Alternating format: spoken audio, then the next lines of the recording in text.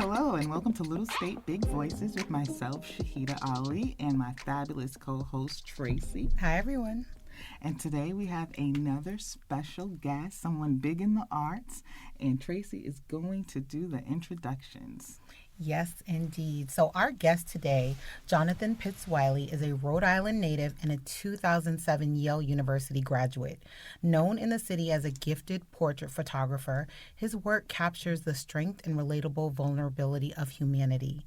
He has worked with notable clients such as the Amos House, Brown University, and the City of Providence, just to name a few. In 2020, he co-founded the Vanta Guild, a Black photographer collective that showcases exhibitions across Rhode Island at venues like Waterfire Arts Center and Trinity Rep. As the artistic director at Mixed Magic Theater since 2010, Jonathan has curated numerous productions and events, including original works like A Kwanzaa Song and The Greatness of Gospel, alongside classics such as Fences and Othello. Additionally, he served as the creative director at Curiosity Store in Jamestown, Rhode Island, overseeing innovative programming like Tony, a tribute to Toni Morrison, and Flight Club. Jonathan is married to Kim Morrison Pitts-Wiley, Mixed Magic music director, and they have 2 children. His impact extends beyond photography and theater, contributing significantly to Rhode Island's rich cultural landscape. So join us in welcoming theater royalty, Mr. Jonathan Pitts-Wiley, in the house today, people. Well, thank you for having me here. It's very exciting to sit down and talk with both of you. Well, hello. It is very exciting because I have known of Mixed Magic Theater for a while, and I have not attended. So you in trouble already? I'm disgusted I have an with excuse. myself, sir. I'm new in town. Yeah, that's her excuse. But yeah, I'm disgusted with myself because I've seen various things, and I was like, oh, I got to go over there. Sure. I'm, always, and I did not know that it was Black owned. So can you tell us a little bit about that, because that goes into another part of rich history on your part? Yeah, sure. So Mixed Magic was founded by my mom and dad, Bernadette and Ricardo Pitts-Wiley, in 2000. And so, we're pretty excited about, we're coming up on our 25th anniversary in 2025, which is wild to think about. But my parents have, been in the arts in Rhode Island, in the performing arts in Rhode Island, since 1976. So, as I was saying off mic, a lot of institutional knowledge there. And so Mixed Magic is their latest iteration of things, but, they've been, doing various versions of, arts organizations, whether that's the Human Eye Theater, which they actually founded in San Diego, California, or the Providence International Theater Company, which was the company kind of before Mixed Magic. So, when it came to be 2000, and there was, particularly a push for, putting diverse images and stories on the stage, my parents continued to do that, and were able to sort of coalesce around this idea of Mixed Magic Theater. And the first motto was first think diverse. And so in many respects, they were continuing to do the work that they'd always been doing. I think the thing with Mixed Magic is that, it truly is about, a multitude of cultural experiences. And as we were talking about, when we kind of had our chat on Zoom a little bit ago, it's different from being like a Black repertory theater company, which is a particular kind of arts organization that is important, and we love that very much, and we see that as being important. I think the distinction there is that, Black repertory theater companies predominantly pull from, the Black American theatrical canon, and they deserve that respect and recognition and distinction for doing that. For us, we are a Black-owned theater company that tells diverse stories, but we'll tell them. We can tell any number of types of stories, if you will, because there's always going to be a certain Black American aesthetic to it, simply by virtue of the fact that it's run and owned by Black folks. You know what I mean? So for us to do something like God of Carnage or, Sweat and the Gilded Six Bits, or if we do something like The Tempest, we pride ourselves on being able to do any type of work that aligns with our mission, aligns with our values, aligns with the stories that we want to tell, because we embrace diversity as, sort of baked into the fabric, to mix a metaphor, of what it is that we do. And so that gives us a certain latitude, I would dare say. And so that's been the energy, and that's been the focus of the last 24 years. That's so incredible. And you mentioned California, and I know from our conversation that you're actually native to Rhode Island. Yes, they allow that. They allow that. Yeah. I grew up in North Kingstown, and which is about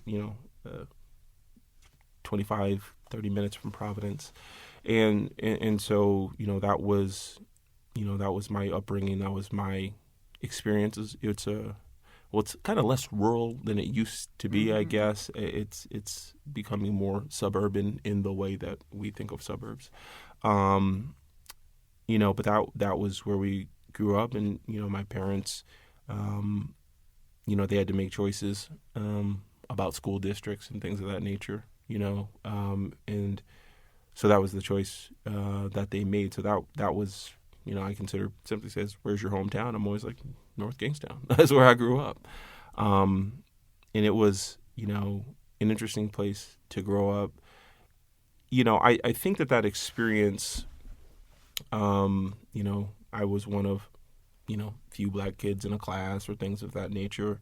And so, there were challenging aspects to that.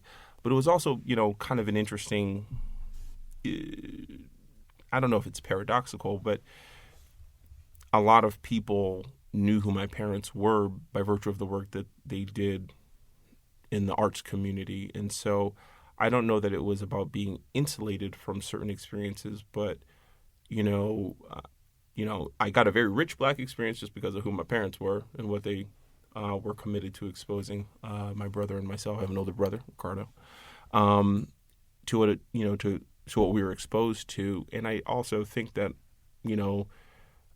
on a certain level, them being in North Kingstown and being active in the way that they were as community members, I think that it helped a lot of people grow and have sort of attitudinal adjustment. So I didn't, whatever discrimination I encountered, or it was of the microaggression variety, born of ignorance and things of that nature. But, largely it was a good experience, and, a place where, I was talking to, one of my best friends, also a Black guy, who also grew up in North Kingstown. And I think you almost kind of looking back, some things where it was like, I guess that was a little more messed up than we kind of thought, or like how we navigated our way through that, or what that experience was like. But in real time, I wouldn't classify it as hostile, and so my experience was, but I can't say that that's the experience of every Black person that grew up in North Kingstown or in predominantly white towns or anything of that nature. But again, I give my parents a lot of credit. They just engaged in combat over that sort of thing. If something happens, they're like, all right, we're going to put a program together. There's going to be a direct, like, I love that. You know what I mean? Like they were like, just, they were not, they were not and are not for play, but also like it was, they are very much descendants of the Black arts movement of the 60s and 70s, right? And so producing art was an act of rebellion unto itself, and telling Black stories was an act of rebellion unto itself. So that's just like how they came up. You know what I mean? That's how they oriented and situated themselves in the world. And so they were never going to like apologize about that. But they were and are, they are call out, call in people. We're going to call you out for shenanigans. I don't know if you can curse on the podcast. You know what I mean? Watch your language, Jonathan. Yeah, that's what I figured. They'll call you out for the shenanigans, but also, we'll call in, for a conversation about, okay, how do we move forward in a way that is productive and where people grow and learn and have the opportunity to change. I think that there are a lot of people in North Kingstown who are better for having known and been around my family and my parents in particular. Can't speak for myself, but I can certainly say that about my parents. So I love hearing that, specifically because it's a suburban town or a rural town in the Northeast. And a lot of times parents have their children in those situations, but don't educate them on their Blackness. And the way that your family was able to, your parents were able to include the arts and, actual education. Sure. I can see that giving you that solid ground. And I'm so impressed because I feel like, our parents were particularly the same, but we weren't in a rural situation. In right. the city, it's totally different. Sure. So can you give us an example of maybe some type of play or educational project that they put together to educate like some people in North Kingston during that time? Because I just find that fascinating. Sure. I mean, I think that I can think of a couple of examples, and so in first grade, my first grade teacher, Jeannie Dunn, who was amazing, just an amazing teacher. She recognized what it was. I think because the first day of first grade, I came to the classroom. I'd never been in a classroom with where I was the only Black person because my parents, up to that point, I'd gone to Mount Hope Daycare on the east side. And so it was Black folks everywhere, you know what I mean? And so I had never been in an academic situation, if you will, or a school situation where I was the only Black person. So I cried the first day. And Miss Dunn was very sensitive to that. In the sense of, we throw around the word ally too much for white folks doing the least thing. And then it's but no, she was an ally when that wasn't even a thing. She really was about that action. She really was. And so, she was I want to do, I think this is 1990 or something, right? But it's just I want to do Africa Day for the classroom, something. And she went. She knew who my parents were. Yeah, and so my dad came and did a show in one of his original properties, Azu the Future Seer, right? And he came and did that at school, and then I sort of jumped to middle school, and I forget if it was off of some sort of incident. I truly don't recall, but but my mom, when she was sort of the diversity coordinator at Johnson & Wales, that was her job at the time, put together what she calls her diversity babies. And we just did this show in middle school of, multi-ethnic sort of experience. Really that is about embracing diversity, the importance of it, what happens if we don't embrace diversity, that sort of thing. So it was just a diversity committee situation there. And then in 2000, which was really, in this show was really the sort of seed for mixed magic theater. But, it was, the whole, it's the year 2000. What are we doing in arts and culture? That moment. And so so my dad is sort of, and I think they went to the like arts councils in the states, and this is something that was happening nationally or whatever. But like, state and city and town arts councils were like, "What's our 2000 contribution?" And so, my dad devised this show called "How the World Came to the NK Cafe," which is a sort of an adaptation of the show, of his show, We, They, and the Beatles, which he had done at North Kingstown High School when he was the drama teacher there in the early 90s. And so How the World Came to the NK Cafe was this play about sort of the town of North Kingstown and this fictional NK Cafe where there were the proprietor of the institution or of the cafe had 3 TVs. There was one set to ABC, NBC, and CBS. And really it's about, how that town experienced more or less, that 40-year span from 1960 to 2000. And again, very diverse show. And I performed in the show. A lot of my friends were in the show and stuff like that. It was great. And so those are just kind of, 3 examples, of that. When I was in high school, I went to Portsmouth Abbey in Portsmouth. And, at the time there wasn't really like Black History Month programming, or there might be like an assembly or something. I was like, man, we got to do something more than that.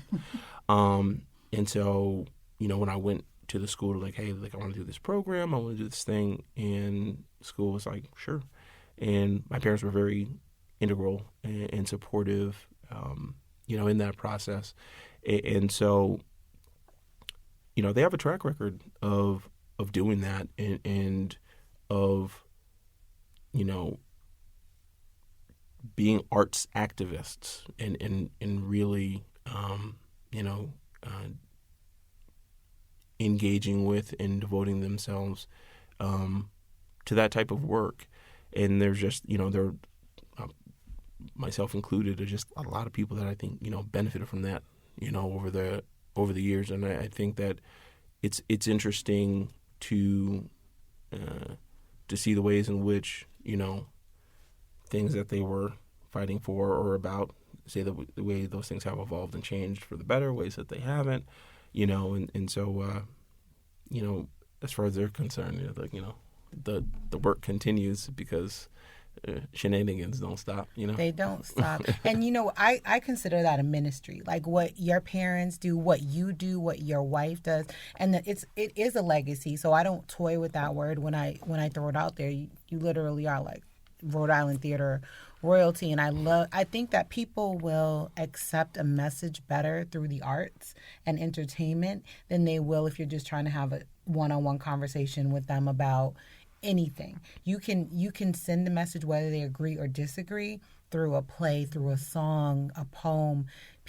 I feel people receive it better, and it just kind of the message hits a little differently. Yeah, I mean, I think that's, that is the great power of art, is the best art, in my opinion, gets to very simple human things. And by simple, I don't mean that they are not complex, you know what I mean? But simple in the sense of being fundamental, what makes us tick and moves us as humans, and that, we are all coming at our lives and at our humanity from different experiences, different inputs, different stimuli, and things of that nature. But, I think, and again, the great thing about art is that it shows us the ways in which we are the same, and also shows us the ways in which our difference is okay. I embrace plurality. I enjoy difference and variety and texture, things of that nature. But there's also some things that are just very basic human being things. And again, the best art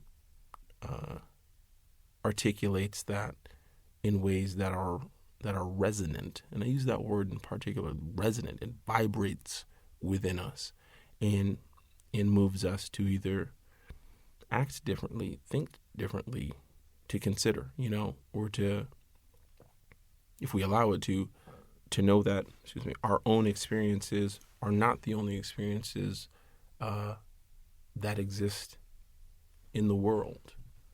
We're sharing this space individually and collectively, and just trying to do our best to navigate as best we can. You can tell you're an artist. So poetic. Yes. I love it. But okay, like Tracey said, you're coming from this great legacy. Sure. There has to be a lot of pressure with that. And then also, you want to pay homage to your parents and continue that legacy, but then there must be part of you too that has a different voice from theirs. And how, or if you even do, but how do you express yourself differently than what your parents might, or what roads are you trying to take, even though they've paved that way?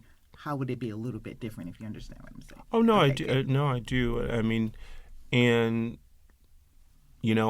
it's interesting, the pressure is not really so much from my parents, but literally from like the magnitude of the work they've done and the people they've helped and things of that nature. So it's much more about honoring that than any sort of thing of like, my parents expect me to run the theater company or things of that nature. They're not really like that. They're parents who are like, hey man, do what makes you happy. I probably project more pressure onto it than they are actually transmitting themselves.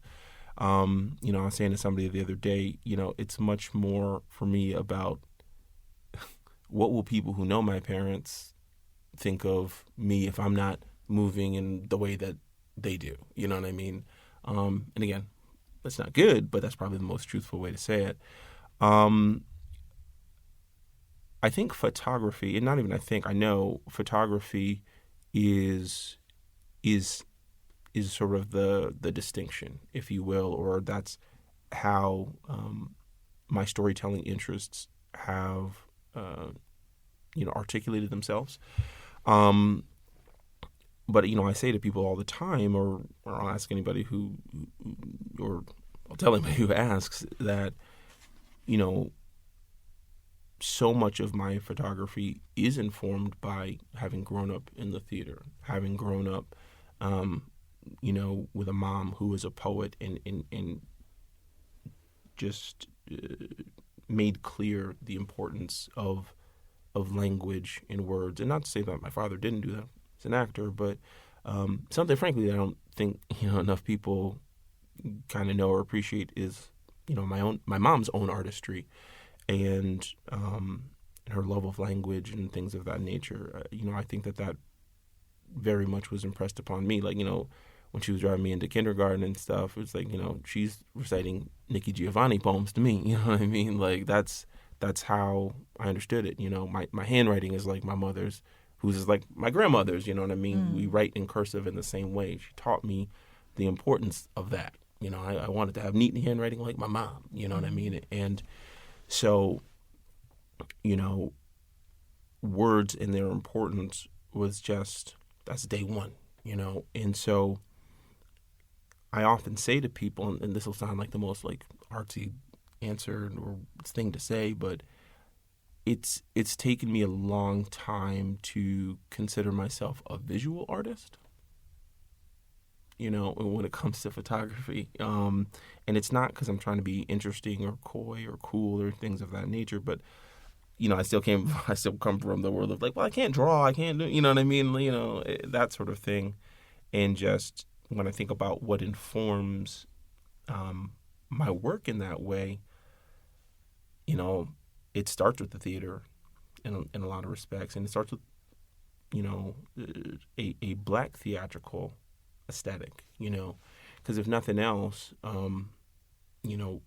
my parents were embracing and articulating what Kwame Brathwaite was doing with his work, his photographic work. Black is beautiful. That's the thing. I was always, I was never taught that we were ugly. Mm-hmm. That's wonderful. That's a light bulb moment. Mm-hmm. So something you said earlier about starting your education, your traditional education in an all-black setting and then being transplanted into a predominantly white setting is something I can identify with, because I went to a really black daycare. I don't think there were any white children in our daycare either. And I had the same experience. I immediately went into what we call in Massachusetts or in Boston, the METCO program, mm-hmm. which is a busing program. And I just was, things you were saying were firing off in my head too. I think that foundation can be so important as you transition your kids because I think things can go differently if you don't have that foundation. Sure. First. So now, knowing that you have 2 children of your own, what does that look like as far as your expectations or no expectations at all for what your children are going to do in the arts? Well, I think our attitude has always been, for Kim and I, our attitude has always been that, the theater is your birthright. And you can use it or not use it. There's not an expectation of like, well, you got to be at Mixed Magic or things of that nature.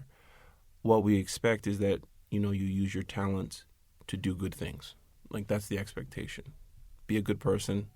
Use whatever talents that you have to help or to inspire or to, again, like I said, come back to the simple, like, do good stuff with the stuff that you got. Our kids are really talented, and we want them to know, it is a bit Spider-Man too, but it's like, no, you use your abilities to do good things, or try to do good things, to try to be helpful, try to make a positive contribution, to what it is that, to this human condition of ours. And so, we see our kids, their artistic interests are, our oldest is really, a really good costume designer and really getting into like makeup and things of that nature. Oh and, and also just has all of our talents, and I mean ours, the Pitts-Wiley family, has all of our talents, and is better at them than all of us. People think I say that because it's my kid. I'm like, no, I'm just saying it because they're the best. Like, that's it. So this past summer, I had the occasion or the opportunity to shoot the Amos House block party, which was really wonderful, and I like the folks at Amos House. They're good people, and I like what they do, their work that they're doing. It's important. And so I had my kiddo come along to second shoot, and I was like, all right, look, because I had set up like a little portrait station in the garden at Amos House, and I was like, and for this portrait installation, there was a prompt of like, what is special? I forget what it was. Like, what is special about the South Side, or it was just something of that nature. And so, Crow was at the table, and I was like, all right, just help folks kind of get checked in, have them write down their answer to the prompt. If folks, have a handwriting issue or something of that nature, you just write it out for them, and then make a sort of in-type portrait of them holding their responses. All right, so then I'm making, color photo portraits. And so I get my work back because I was shooting on film. So I get my film back. And Crow was shooting digital, so I get Crow's back. And, like, I had a moment of panic because I'm like, these folks paying me, and this kid just did better work. And so it was actually great because I was like, all right, so what I'm going to do is, so I had my photos and I was like, all right, I'll gray out the background. So the people were in color, but the background was grayed out. And that'd be nicer because, you know, you kind of want to clean up the backgrounds and all that good stuff. But like, and the folks at Amos House were very like happy with the work, and I'm glad that they were. But I was like, if only you knew that I was like, my kid styled on me crazy, and I was like, this is just not comparable. Like I gotta earn this check. That's a proud parent moment, though. When Sure. you see your kid do something amazing, and as a parent, I take credit for that stuff. I might not say it out loud, but I'm like, yeah, that's my kid. You know, it's because of me. I try to bring it back to me, but kids, I love to see kids manifest their creativity or whatever their talent is. Sure. I love kids with personality, with layers and texture to them. So I know you probably were like beaming. How old is he? 13. Oh my gosh. Yeah. Yes. And then the youngest son, is 7. He's you'll meet him. He's a charming little guy. He'll be performing in the concert on 27th. Yeah, we'll be there. Oh, Yes. So please tell us more about the concert. Okay, yeah. So Mixed Magic was founded in 2000, and in 2006, we founded the Mixed Magic Theater Exhult Choir. And the Exhult Choir was founded because we're trying to preserve and celebrate the rich gospel music tradition in the United States. And, you know, a lot of our elders at the time were passing on. Obviously, it's continuing to happen as time moves on. But we wanted to make, because so much of that tradition, as you understand, even if it's like so much of it's oral, so much of it is like, you know, these sort of these keepers of history. And as they transition, you know, that's how history kind of can get lost or misunderstood and things of that nature. So, you know, we were doing that, and that's in large part because of, you know, the work in the music that my grandmother was doing. My grandmother, Ann Ray Pitts, who was huge, you know, in the community in Providence. You know, big into education, big into like sort of church activism. She was very active in her church, and was a great gospel music singer. Like she and Barbara Bryant, who was her best friend. You know, they were luminaries in the genre. And Miss Bryant still goes around and sings, and should be with us on the 27th as well. And so the choir was founded to do that. And then in 2008, because Kim and I met in January 2008, and she became the music director. Well, you know, she became the choir. It's like, oh, you're going to direct the show. Because my dad was the artistic director at the time, and he was just like, you get it. You're going to direct this show. And, you know, Kim was 21. Oh, wow. You know what I mean? And he was just like, nope, you got the ball. And she's been the director ever since. You know, the greatness of gospel, which you mentioned at the top of the show, you know, the upcoming one will be the 16th, and Kim has directed all of them except for the very first one, you know. And so that's the choir. And over the years, the choir's repertoire has expanded into, so not just being traditional gospel, but really music that uplifts and elevates the spirit, you know. And so, you know, you can have Clara Ward gospel, and then there's like Prince type gospel, you know what I mean? It's about, and we say it obviously in the small G gospel sense of what is that music doing? Is it elevating? Is it celebrating? Is it bringing joy or comfort or peace or relief? That sort of thing. And so on the 27th at PPAC, Providence Performing Arts Center, for those who don't know our acronyms and things, they'll be doing the show Exhultation, an evening of uplift with the Mixed Magic Exhult Choir. A really wonderful collection of songs and some really special guests. And, you know, we're looking forward to it. It's a good-sized venue. and it'll be our first in a venue of that size. But I'm more than confident that we'll rise to the occasion. I trust our music director. She's really good at what she does. Yeah, and she's really good at what she does. And I think the thing that makes the choir really special is that they enjoy performing with each other. They are up there having a good time. Mm-hmm. They're up there having a great time. And, and they don't really care if there's one person in the show, if there's 1,000 people in the audience, we of course love to have 1,000 people. Make no mistake about that. But, I've never been to a show where they were concerned about the audience is going to dictate what we bring. It's never been that. It's always a very loving environment, and you see that. It's kind of, I often do think of the scripture where it's, they shall know they are Christians, they're loved for their love by one to another. And, I think that what really makes a choir special is that, we do a certain type of music and a certain style, some of which is religious and sacred and others which might be called secular or what have you.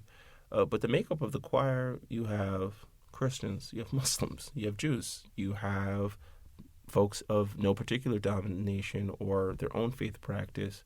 And so, it's not about you need to believe this. That ain't none of our business. The other thing is what you believe is none of our business.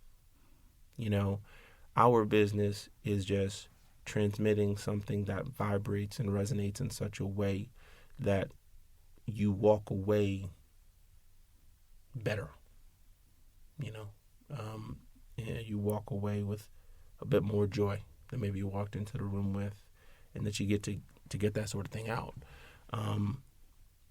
And so, like I said, we're looking forward to that. That's going to be a really nice performance, and I look forward to seeing y'all there. Y'all get to meet Kim, and then you'll come and realize, he's not even that cool. I was not fooling around. Listen, well, this is February, so we're in Black History Month. We're in the Love Valentine's Month, so just the fact that the theme of Black History is arts and culture this year, it was only fitting to have you here with us for this episode, and then also your love story.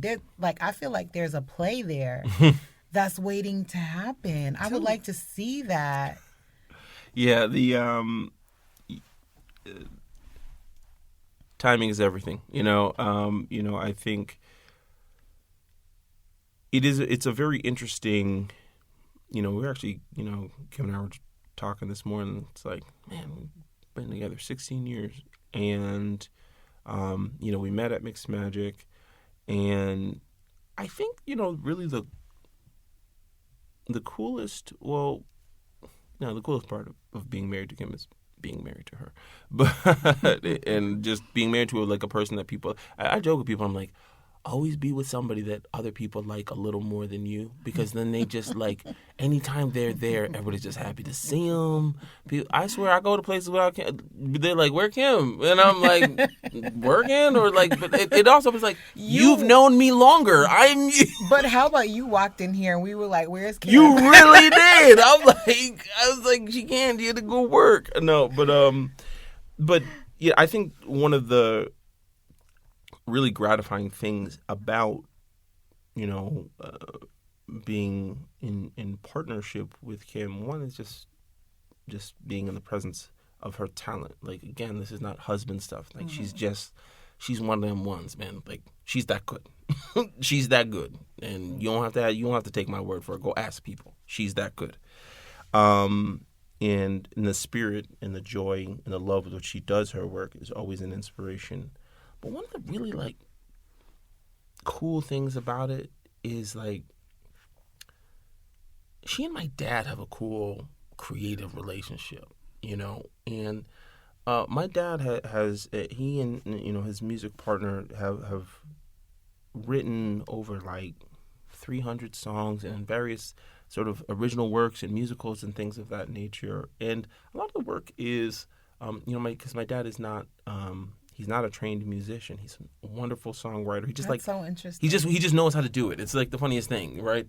But it can be like sort of challenging to do if you're a trained musician because, you're working under certain structures and frameworks. And he's like, this is what just sounds good. We're just going to make it work, And so you need certain types of people who can like understand that and work with that. And so seeing the two of them, work together and in many ways, my brother and I are like the keepers of that estate on a technical level, but like she is the keeper of the sound of my dad's music. She gets it, and and she's been entrusted in that way, and that's just a very cool thing to be part of and to bear witness to. I'm doing this a photo project called Duets, and it's really like interesting combinations of people who are in my life or in my work life or in the various sort of circles in my life.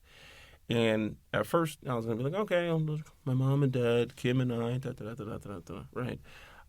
But then drafting through, I was like, man, it's not cool. It's not that it's not cool. It's just not as interesting as it could be. And a colleague and a friend who I'm working on this project with was like, try to make the groupings more dynamic, because so many of it was like artist couples, and I just came to realize, I was like, gosh, I know so many artist couples, and which is really cool in its own right. That is. Like I just know so many, but they were just like dominating the list, and I was like, we gotta shake this up a bit, and so I put Kim and my dad together. Then I partnered with my mom and then various other people and things of that nature, but it was cool to be able to just be like, oh, they have their own professional and creative relationship that don't have nothing to do with me. It's just very cool to just be like, hey, what are you guys up to? I gotta check this out. So where can we see the work? Yeah. Oh, so it's in progress. I haven't Okay. finished it yet. Yeah, so it is slated to go up in like mid-May at Curiosity Store. And Curiosity's moving around the corner from where it's currently located. So as that new space opens up, it'll be part of sort of the grand reopening. We got to get to that before we end, but there's a couple of things. So I loved what you said about the choirs, and I'm of Muslim faith, but love a choir. Mm-hmm. Yeah. love going to churches. Sure. My family's Christian, of course, and so it always speaks to me when I walk out, and I feel like they are on a whole different level, because like you said, they don't need a whole big audience. I've been to choirs where there's like 3 or 4 people, and they will bring you to tears. Sure. So that the Hawkins singers, that's 4 people. I know. It's 4 people. So I am very excited to see this, but I know that you're a history teacher. I was once upon a time. Yeah. Yeah. So, and history and art, and to me, kind of like go hand in hand. And I know that you talked about how, your parents were, very active in saying, oh, if there's something, let's do a project about it to kind of reach people. Sure. And so something happened in North Providence, and I know you probably know about it, about the young guy who tried to burn down the black church. Yeah. So, and today it came out in Providence Journal that they, the police and everything went to his house, and it was like just all kind of hate against black people. Sure. They wanted to shoot. How would you kind of create a teaching moment, because I feel like something like this is not going to get any better because of the society that we're in now. Mm-hmm. And I feel like, the arts is like so important right now, especially for younger children, like to teach them that all people are equal, and and to not harbor this type of hate towards one another. How can the arts, and specifically your art, what you guys are doing, kind of like, help with this, stuff like that? There's always an interesting question. I think my most honest response is to continue to do the work that we are doing, because it always serves as proof of the alternative, proof that, hateful narratives that are being put forth, that they are ultimately specious at best. You know what I mean? And I've come to, believe that, if you're around long enough, and we're in 2024, so there's a certain level of people have to choose. People have to choose to participate. And when I think about that, then I say, well, then my job is not to jump up and down and point and scream necessarily, although sometimes that's the case, of course. But it's much more about, like, are we consistently combating these narratives by how we operate in the world? I often think that the labor, of that change is unfairly foisted upon Black and brown people. At this moment, I think that there's a lot of no, like, the things that I have been saying, or my family's been saying, or any sort of arts group of that nature has been saying, we've been saying them, so the message won't change. People do often come to us after incidents or after things, and it's like, hey, what can we do? And it's like, it's not that we certainly don't answer the question, but what people often sidle the arts with, and in BIPOC organizations with, is, hey, can you come up with a program that will keep us from having to actually do the work that we need to do in order to address this problem? Some people need to be checking their uncle at the dinner table at Thanksgiving. Mm-hmm. And it's actually not my job to do that. Like, my program isn't going to do that, And I think that there's a lot of times people will use diversity measures actually to shirk responsibility and not be accountable for the behaviors of members of various communities. You know what I mean? I talk to my buddy all the time, or several buddies, about this. It's like, on a certain level, I have nothing left to say. Mm-hmm. There's nothing left to say. Like, we're coming up on an election year. There's nothing left to say. Doesn't mean I will stop saying things, but the whole idea of, like, well, let me go through the gymnastics of, like, well, maybe if I say it this way, you'll get it. At some point, for the emotional and spiritual and psychic well-being of Black and brown folks, at some point, it's like, wait a minute, why am I doing the gymnastics? Why am I doing the gymnastics? Like, this is not, this is not a new problem. This is that same problem we've been told y'all about. Right. And so it keeps happening, and we keep saying the same thing, so that at a certain point, the common denominator becomes your lack of right. of action or deciding to make folks feel accountable.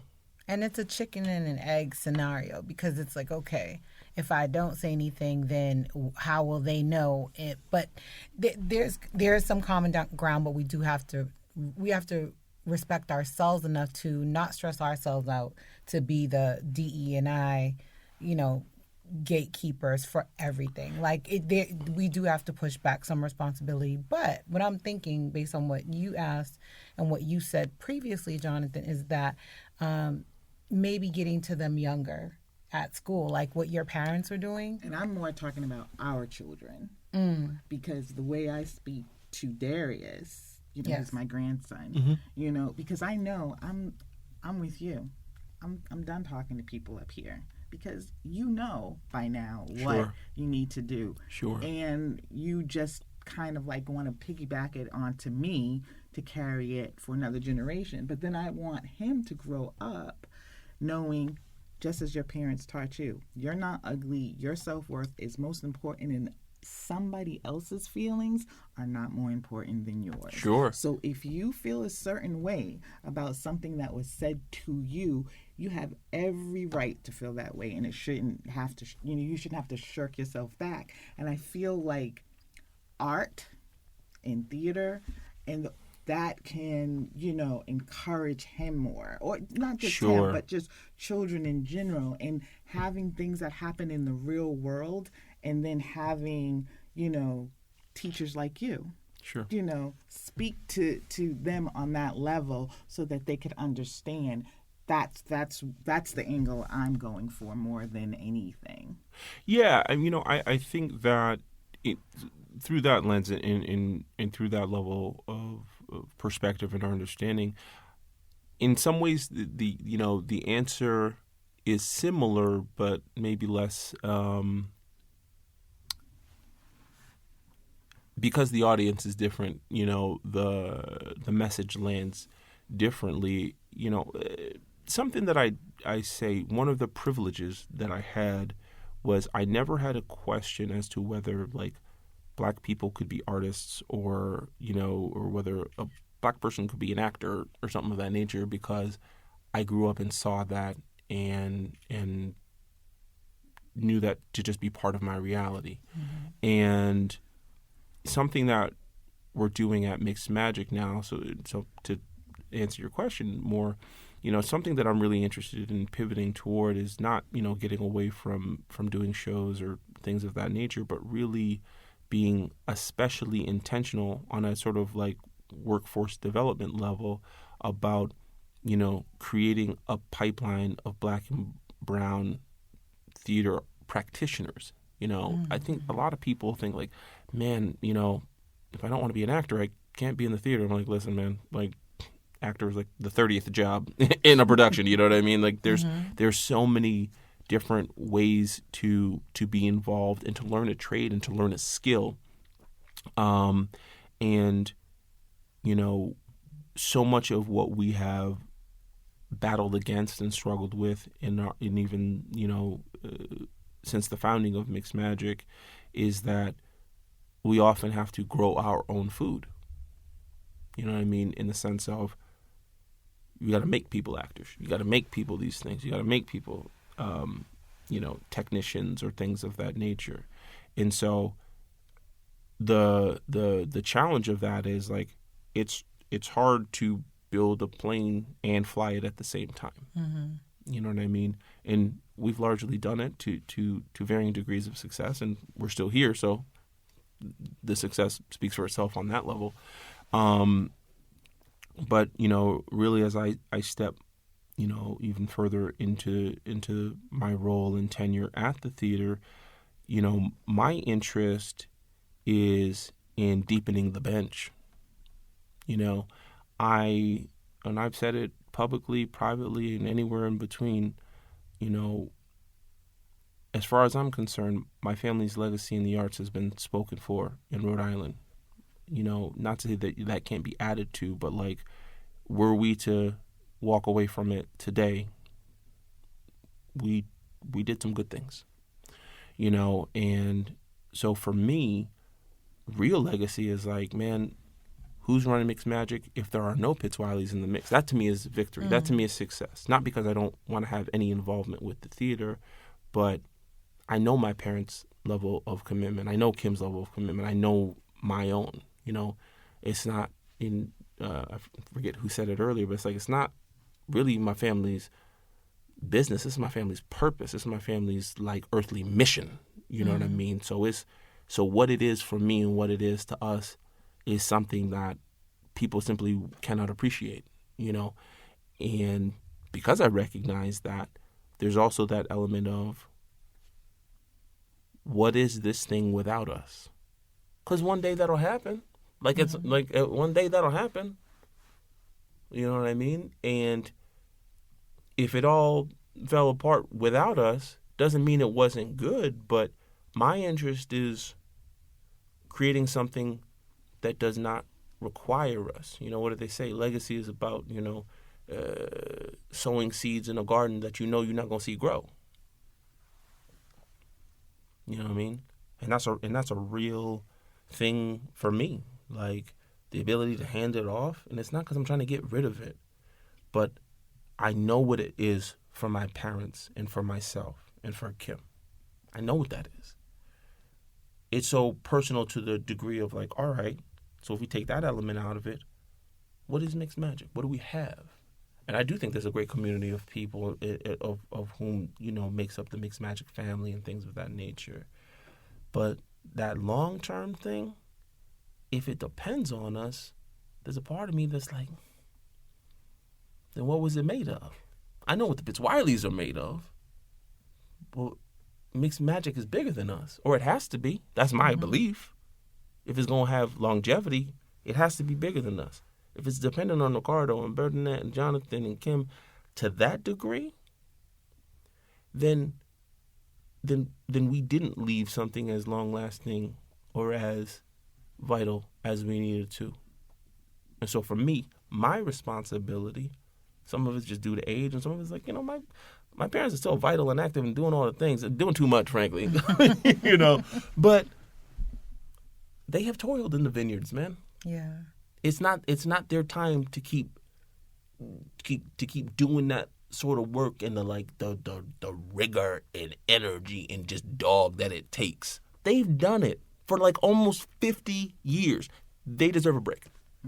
I would Which like is to see it incredible live in on. itself. And through young people. Is there a performing arts high school in Rhode Island? There are a few. There's the Jackie Walsh, which is in Pawtucket. There's Tapas, which is Trinity Academy for the Performing Arts. That's in downtown Providence. And there might be a few others. I'm sorry if I missed you, but know that you are loved. I think you might have your pipeline. Well, you know, it's for us, to be honest with you, it is multi-generational.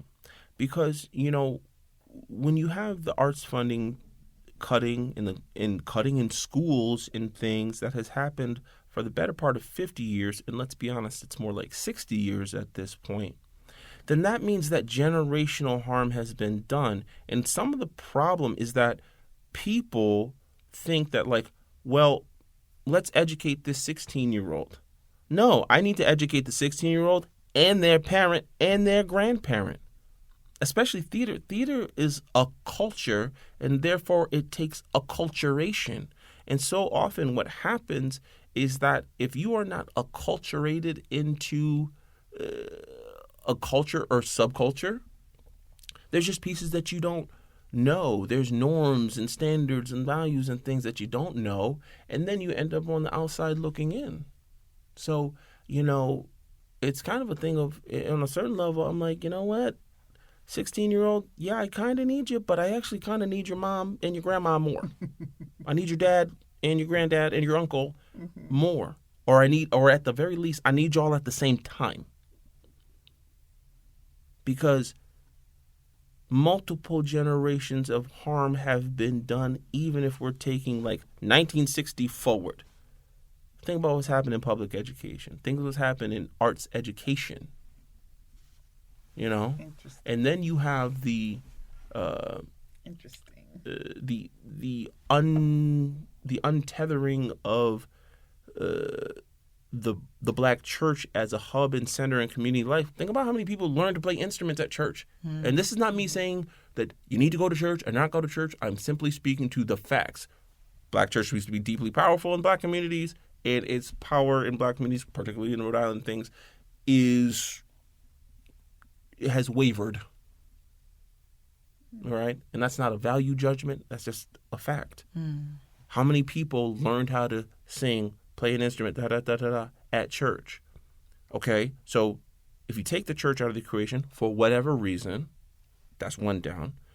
Oh, they're cutting arts fundings at schools, so you're not going to learn to play an instrument or maybe be in a player. So where are you getting that from? Meanwhile, your counterparts in more affluent areas, their arts fund is not getting cut. And even if it did, it's like, oh, I can go to get private lessons because I can pay for that.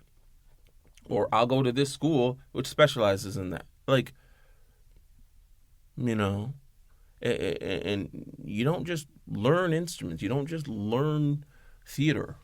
That's not how it works. And so the things that we have to address, are, the magnitude, again, is multi-generational. So you have to take a multi-generational approach. I know plenty of people who've walked in the doors at Mixed Magic Theater at 35 years old, having done no sort of theater, having no sort of interest, and have remained in it for, again, even just the 16 years that I've been part of it. So it's a thing I've seen. I've also seen the thing of high schooler on the brink of bad things going on. And now homeboys in La Broa, I'm talking about Rudy Cabrera now, he's in La Broa at Trinity right now. And I can say that, like, we have a large part to play in that. Rudy did the work, but we have a large part to play in that. Rudy will tell you that himself. So I'm not, hey, Rudy, if you hear this, I ain't talking out of school here. Like, you know what I mean? Like, that's just what it is, So this thing that I want to sort of pivot toward is not something that we haven't been doing, but now really, really like seeking to do it on purpose. Because to me, I don't know what's left to prove. I don't say that with arrogance. It's just like, at this point, like, prove what? My family's commitment to the arts in Rhode Island? Yeah, proven. You absolutely have nothing to prove. Right? So, Right. So proving that we created some sort of pipeline where you have more Black and brown practitioners out there, again, of various stripes, so not just, actors, but light tech, box office management, front of house, marketing, and all the things that you need. I come back to the privilege that I had. I knew it could be done because I saw it. And so just by virtue of that logic, to show it to others will hopefully let at least some know it's like, oh, this is a thing that I can do and that I can be a part of, and not just in the mixed magic sense, but in the world of the performing arts. We're not, a lot of companies can get territorial about, actors and performers, and it's like, well, you're one of our actors and things like, man, we don't move like that. I take a great deal of pride in seeing the various actors who have come through Mixed Magic and got a good amount of training at Mixed Magic at the various theaters in Rhode Island. Like, why wouldn't I be proud of that? Because, we know what we've done. Because that's the proof. That's the proof. And plenty of artistic directors and casting directors, they call me for what? Not just for my, personality. They're like, hey, do you know somebody? Oftentimes, we do, because we did that work. And I'm never going to step on somebody else's bag like that. You know what I mean? If that's an opportunity for an actor, who would I be to gatekeep that? Like, no, that's a Mixed Magic person. Nah, man. What would make me salty is if it's like, don't act like this is not where you came from. But Right. nobody's ever done that. Mm-hmm. I look in the programs. We always get our propers from these actors. So, like, great. I get to be proud. That's powerful. It is. And on that note, we are going to, you have to talk about the bookstore in Jamestown. Sure. Really quick. No, sure. We have a little bit of time left. Yeah, sure. What about it? I can say many things. I didn't know about the So bookstore. it's in Jamestown, which is a little bit away from Providence, about 45 minutes or so. Yeah. So talk to us about your experience there and some of the things. Were you the creative director there? Yeah, I was the creative director, so I left my teaching job. It was 2021. And in the fall of 2021, and came on as creative director at Curiosity Store, which is a bookstore, wine bar, cultural center, and was just asked to hey come up with some programming and come up with helping to create it as a cultural space, and we had some really good success. With that, and you learn a lot. Being in the retail sector, as you know, is it presents its own kind of challenges, and so the thing that we committed ourselves to is controlling the things that we can control in terms of, hey, is this a great experience? When you walk into the store, is it a great experience? And I think that over the last 2 years, and it's certainly not simply just because of me. I was a contributor to, an overall great team of people and who are creative and thoughtful, and always feeling the thing that I always felt was supported in trying things. You know what I mean? And I think that was really gratifying over the last couple of years, and not just the things that you learn and the things. About how to, be a bit better organized or curating experiences, but also, coming to understand what excellence in that way is. And not that I didn't understand it in the sort of theatrical space, but, building something kind of from the ground up is different, mixed magic is in many respects an inheritance, you know what I mean? It is, there's decades of work that my parents did that I get to take advantage of, and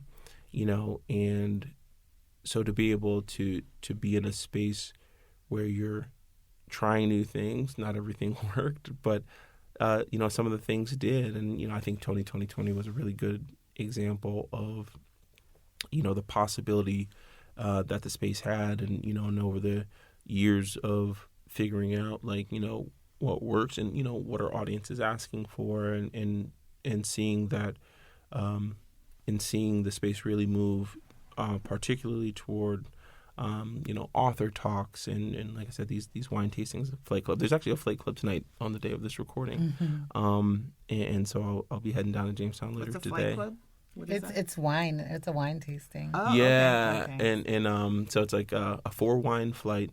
And so it ends up being the equivalent of 2.5 classes. And the thing about it was, we really wanted to sort of demystify and take some of the lofty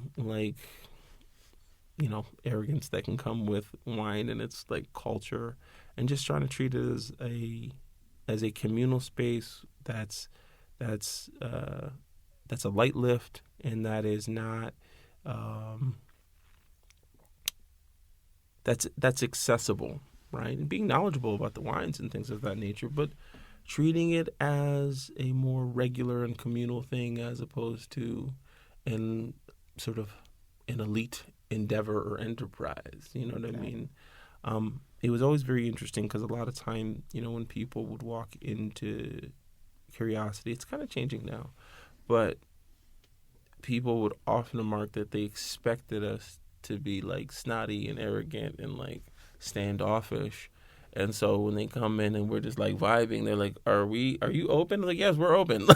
Because it's Jamestown. Right. It's such a great, I really felt at home when I walked in. Yeah. And it's a place where you can bring your children because they have children's literature. And then it's a place you can, get a really cool, fun graphic novel, or you could get one of the classics.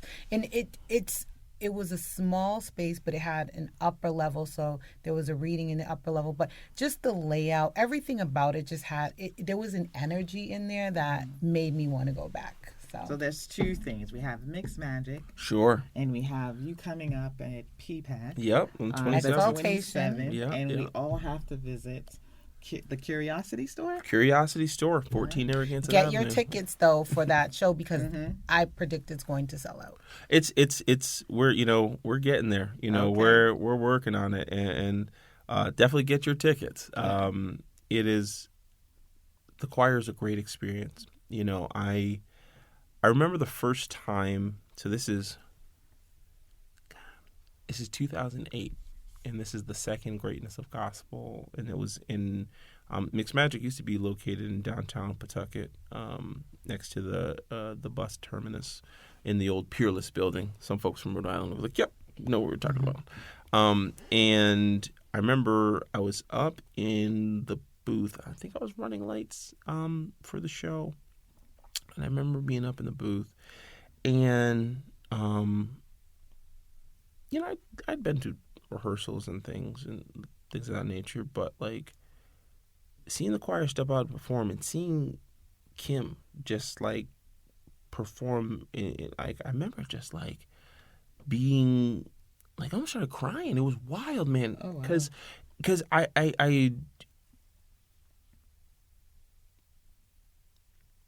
Kim never ceases to amaze me. And so I remember the first time, and it's not the first time she had amazed me because she had been in the show that I directed and all this, but to see someone command the stage and again, 21 at the time, you know what I mean? Mm-hmm. And just seeing that level of talent and passion, and to see her perform is a different sort of experience, and to see how the choir then responds and performs. She shows up for them, they show up for her and for each other, and that truly is the best part of seeing the choir. You're always going to get a show, and you're going to see that the love that they have for each other, the love that they have for this music. So yeah, no, you got to get those tickets. It will be an experience. Yes, absolutely. And we will have links to where you can get your tickets. We'll have more information about Jonathan, and where can they follow you on social media? So you can follow me on Instagram, J, like the letter J, Pitts-Wiley, or that's my @ on IG. I'm also on Threads if people are on that, which is IG adjacent. And then my website, which is jpittswiley, no hyphen, .com, jpittswiley.com. So thank you so it's Rhode much. Island. I'm not hard to find. Yeah. We will find you. Listen, if you can't find Jonathan, come to Little State Big Voices on Instagram, TikTok. We're on YouTube now. Come find us, and we will connect you with those tickets. Great. Okay. Thank you for coming and sharing this. Oh, thank you for having me here. I appreciate it. All right. So till next time, guys. Until then.